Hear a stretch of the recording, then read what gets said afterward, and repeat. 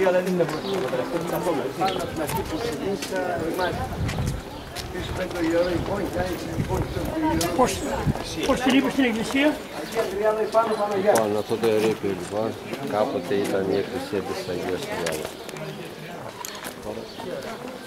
Μπροστά μας λοιπόν η εκκλησία της πάνω Παναγίας, πάνω γειτονιά και η Αγίας Τριάδας.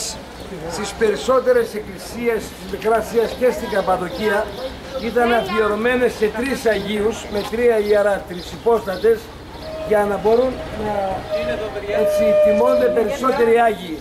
Δυστυχώς από το 99 που έρχομαι, έτσι ρημάζει σιγά σιγά, μέσα η κόγχη άνοιξε τώρα το ιερό, μάλλον πάει να καταστραφεί.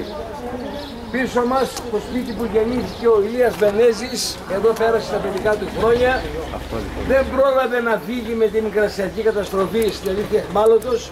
Ο αριθμός σαν εχμάλωτος 31328, για αυτό και το βιβλίο που έγραψε το νούμερο 31328 περιγράφει αυτά που πέρασε σαν εχμάλωτος των Τούρκων. Έγινε στη συνέχεια μέλος Ακαδημίας Αθηνών, σημαντικότητας λογοτέχνης, πέθανε από καρκίνο του Λάριγκα. Τώρα, όπως θα συνεχίσουμε την πορεία μας, θα δούμε ότι υπάρχει